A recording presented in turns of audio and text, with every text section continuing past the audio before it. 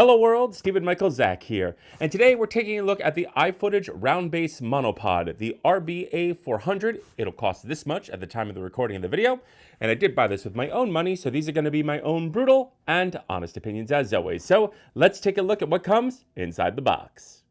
My own brutal and honest opinions as always. This is new to me.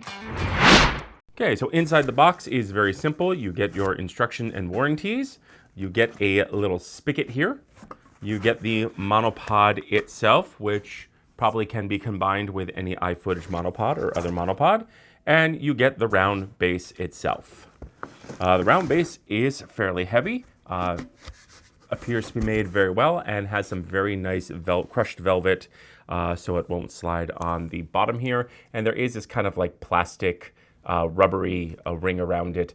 Looks like you could actually probably feed cable through it or something. Very cool. And again, of course, you do just get a 3/8 here. Okay, we're going to go ahead and try to weigh the base. And I'm getting roughly around 166.8 ounces. So there you go. Okay, so let's talk build quality of the monopod. Now, it is feels like it is aluminum. You do get a little like cable kind of clunch holder there, and the top does not come off, and it is only 3/8, and you are going to get a 3/8 hole on the bottom. And when we twist the lock, some nice rubber on the locks. It feels okay. It's okay. Fine. Feels like a tripod leg. You don't have to twist it much. I would not fully extend this because you are getting some flex out of it. When you tighten it, you don't. But I would always keep it at least an inch, at least a half an inch or an inch below, just so that it doesn't bend, so it doesn't wear out. But seems pretty well made, pretty solid. Let's go ahead and assemble this. Now, again, this top piece does not come off, and it is a 3/8, so you will have to use the adapter here if you are wanting to put a 1/4-20 on this. And just go ahead and spin that in. And we'll go ahead and move this base over. It has this nice rubber thing, so you don't stump your toe on it, and you don't bang things into it. And then we'll just kind of spin this into place, and that's pretty much it. Okay, so here we are with the base, and one thing I do notice is that rubber lip is constantly starting to come off. So I will probably need to gaff tape that or glue it in place. This is nice and tight, and this works fairly well. I'm going to leave at least an inch at the bottom here, and I would also, when extending this, I would never extend it fully. I would always leave like an inch to an inch and a half. That is just going to protect this thing from getting damaged. Somebody bumps into it and it starts to fall over. If it's at the very end here, you could risk this breaking. So I always like to leave it a little bit down. But that's true with any monopod or any light stand that I use. So let's go ahead and throw up a light and check this thing out. As you can see, very, very, very nice. It works very well. Let's go ahead and turn this down. And let's go ahead and let's throw up a modifier to see if this will stand up on its own. Okay, so I'm going to throw up this 44-inch Parasnap to see if this will actually hold the weight, to see if it'll tip over. So I'm gonna go ahead and turn the power off here. And we're gonna go ahead and pop that open. And we'll go ahead and grab it here, mount it. And as you can see, this has absolutely no problem holding a 44-inch Parasnap. Very, very, very cool. Super awesome that it can absolutely handle it. Now, as you can see, it is leaning a little bit forward.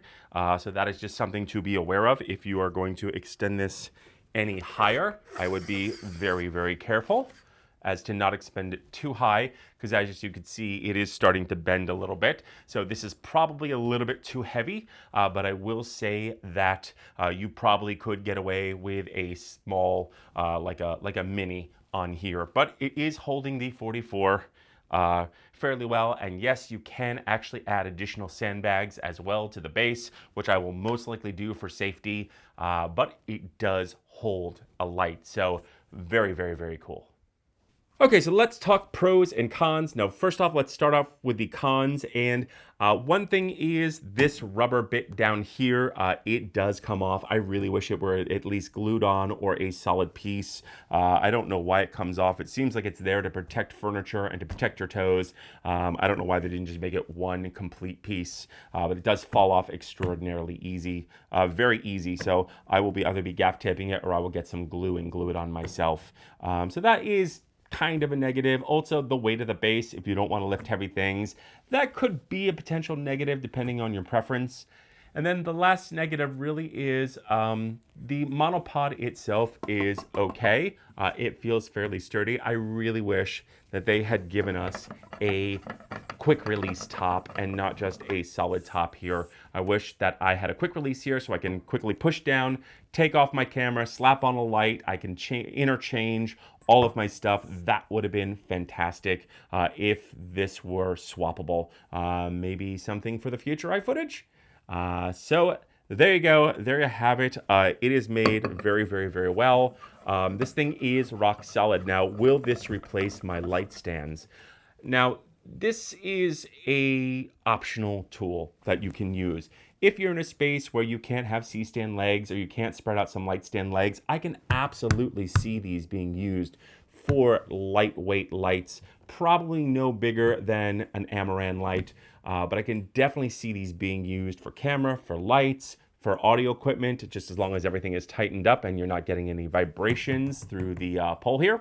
But very, very, very nice. Very impressed. This will definitely be replacing what my camera is on. Right now it's on an Ifootage Monopod and it's on a pair of impact rolling legs, and it just kind of gets in the way and I kind of trip over it every now and then.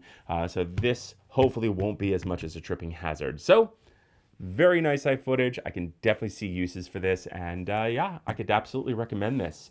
Even if you're recording and you want to put a microphone on it, awesome. So that's it. Those are my thoughts, but I want to know yours. So leave your questions and comments in the notes below. Also, don't forget to like, share, and subscribe, and don't forget to mash the bell button to be notified when we drop a brand new video. And if you love this video, I got another one right over there for you. I'm Stephen Michael Zach, and this is new to me.